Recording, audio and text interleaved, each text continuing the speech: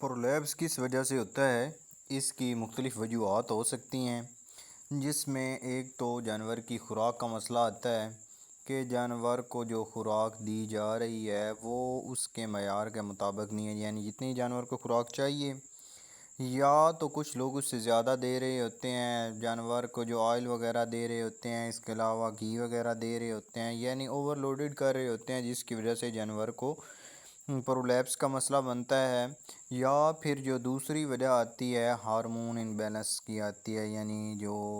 Hormones हैं उनमें abnormality आ जाती है, हार्मोन जो हैं वो डिस्टर्ब हो जाते हैं, जिसकी वजह से जानवर जो है वो ज़ोर लगाना शुरू कर देता है और जानवर जो है वो प्रोलैप्स का शिकार हो जाता है। तो अभी मैं जो आपको ये वाला केस दिखा रहा हूँ, ये फ़र्स्ट टाइमर एक बछड़ी है। इसने फ़र्स्ट टाइम अभी बच्चा देना है, तो अभी इसके तकरीबन 7वां मंथ है और इसने ये जो है सर्विकल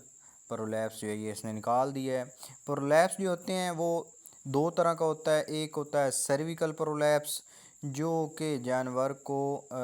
बच्चा देने से पहले होता है और इसमें पूरी बच्चादानी बाहर नहीं आती है, यानी हाफ आती है, बच्चा अंदर ही रहता है। और जो होता है दूसरा वजाइनल प्रोलैप्स, उसमें पूरी बच्चादानी बाहर आ जाती है और जानवर जो है वो उसमें बच्चा देने के बाद वो मसला बनता है। जो वजाइनल प्रोलैप्स का मसला है वो जानवर को बच्चा देने के बाद बनता है, जबकि जो सर्विकल प्रोलैप्स होता है ये जानवर जो है ये बच्चा देने से पहले निकालता है। तो इसका तरीका क्या होता है कि इसको किस तरह जो है वो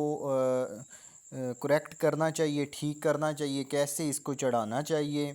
या इसको रिमूव करने का क्या तरीक़ाकार है, तो वो मैं आपको इस वीडियो में तमाम तर जो है मालूमात बताता हूँ जी। सबसे पहले जो है हम इस केस पे पहुँचे हैं, तो ये जो इसका प्रोलैप्स है वो बिल्कुल ही गंदा हो चुका था, तो उसको हमने सबसे पहले धोया है। आपने जो है पोटाशियम परमैंगनेट ले लेनी है, वो उसको आपने जो है गर्म पानी में जो है मिक्स कर लेना है और उससे आपने इसका जो प्रोलैप्स होता है उसको सही तरह से जो है वाश कर देना है। इसके बाद आपने जो ग्लव हैं वो अपने हाथों पे ज़रूर लगाने हैं, क्योंकि सर्विकल प्रोलैप्स जो है वो इतना हार्ड नहीं होता, इतना मुश्किल नहीं होता है, तो इसमें जो है आप का ग्लव को यूज़ करें तो बेहतर है, अगर नहीं भी करते तो कोई इशू नहीं है। तो ये देखें मैंने दोनों हाथों पे ग्लव चढ़ाए हुए हैं, मैंने इसको अच्छी तरह सबसे पहले साफ़ किया है पोटाशियम के साथ और जानवर को हमने जो है वो नशे वाला टीका भी लगा दिया है, जिससे जानवर जो है वो बहुत ज़्यादा ज़ोर नहीं लगाएगा, क्योंकि इस कंडीशन में जानवर जो है वो बहुत ज़्यादा ज़ोर लगाता है, जिससे प्रोलैप्स रिमूव करने में काफ़ी मुश्किलात का सामना करना पड़ता है। तो इसके लिए जो है हमने इसको नशे का टीका लगा दिया है, तो अभी ये जानवर जो है ये ओवर जो है वो ज़ोर वगैरह नहीं लगाएगा।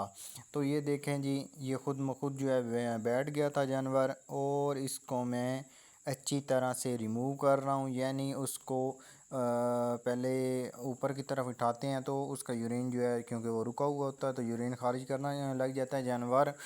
तो इसके साथ ही मैंने सर्वैक्स को अंदर की तरफ किया है और उसकी जो सही जो उसकी जगह है जहाँ पे सर्वैक्स को होना चाहिए वहाँ पे मैं उसको करेक्ट कर रहा हूँ। ये देखें जी, ये बहुत ही टेक्निकल काम होता है, बहुत ही आराम से और तरीके से करना चाहिए। अगर इसमें थोड़ी सी भी एहतियात ना की जाए तो मसला जो है वो दोबारा यही हो सकता है, यानी प्रोलैप्स का जो इशू है ये जानवर को दोबारा भी हो सकता है अगर ठीक तरह से जो है ये इसको रिमूव ना किया गया हो। तो अभी जो है मैं जानवर की सर्वैक्स जो वो उठा दिया, जानवर को चेक कर रहा हूँ क्या है कि वो अपनी जगह पर चली गई है या नहीं चला गया है। तो ये देखें जी, बिल्कुल जानवर रिकवर हो चुका है और प्रोलैप्स जो है वो भी रिमूव हो गया है। तो इसके बाद हम इसको इंजेक्शन लगाएंगे और ये देखें मैं गला वगैरह उतार रहा हूँ। उम्मीद करता हूँ जी आज की वीडियो आपको पसंद आई होगी। अपना ढेर सारा ख्याल रखें, दुआओं में याद रखें, 5 वक्त की नमाज़ अदा करें। अल्लाह हाफ़िज़, शुक्रिया।